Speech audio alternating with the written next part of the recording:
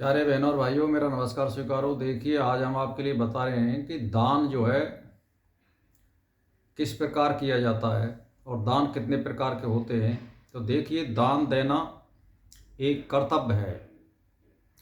ऐसे भाव से जो दान देश अथवा काल और पात्र के प्राप्त होने पर अनउपकारी अर्थात निष्काम भाव से दिया जाता है, वह दान यानी सात्विक दान और यानी सत्य दान कहा जाता है। सात्विक दान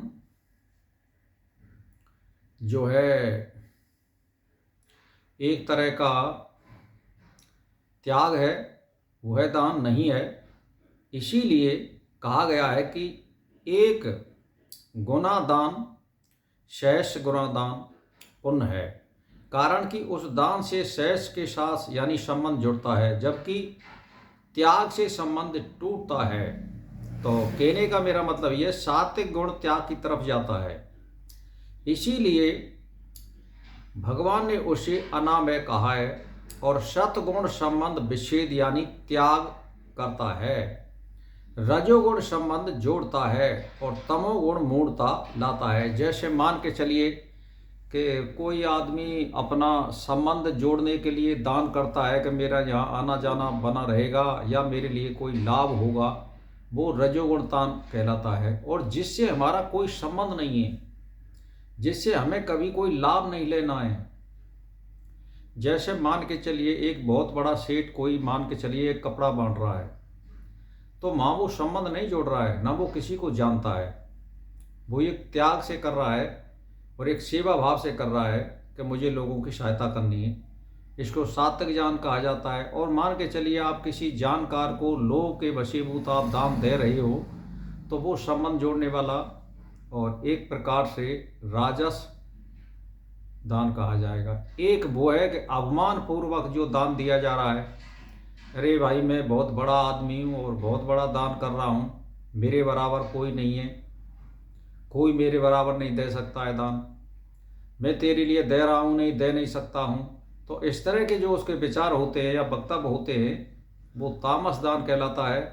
और वो ना इस जीवन में काम आएगा और ना वो मरने के बाद आपका कोई पुण्यकारी भविष्य बनाएगा। तो मेरा कहने का मतलब ये है, जो दान तामस दान होता है वो इस जन्म में भी काम नहीं आता है और मरने के बाद भी कोई वो पुण्य उत्पन्न नहीं करता है।